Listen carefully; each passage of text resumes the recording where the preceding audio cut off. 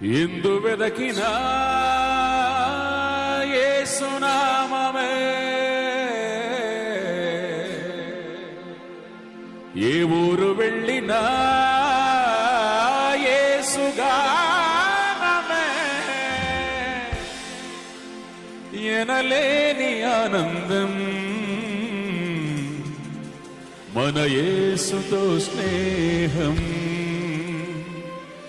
ఎనలేని ఆనందం కాబట్టి ఏ మాత్రం కూడా శ్రమలు మన అంశం మరొకసారి గుర్తు చేయండి. ఏంటి చెప్పండి? శ్రమలు తెచ్చే స్త్రీలు. శ్రమల ద్వారా వచ్చేటువంటి మొదటి ఆశీర్వాదం ఏంటి చెప్పండి? శ్రమల ద్వారా మనకి కలిగేది అభివృద్ధి. రెండవదిగా శ్రమల ద్వారా సౌందర్యం కలుగుతుంది. క్రీస్తు సంఘాన్ని కూడా ఎలా చూడాలనుకుంటున్నాడు తెలుసా? పరిపూర్ణమైన సౌందర్యం సంఘంలో చూడాలనుకుంటున్నాడు. ఆయన రాకడ ఎందుకు ఆలస్యం చేస్తున్నాడో తెలుసా?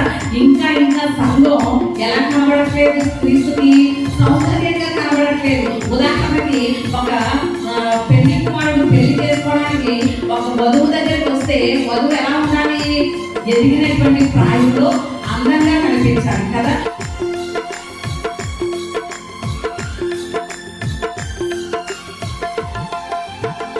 ఎలా పాడను, ఏమి చెప్పను, యేసుని ప్రేమ మంచితనమును ఎన్నో రీతులా వివరించిన మాటలు చాలవు ఆ ప్రేమతో. ఎలా పాడను, ఏమి చెప్పను, యేసుని ప్రేమ మంచితనమును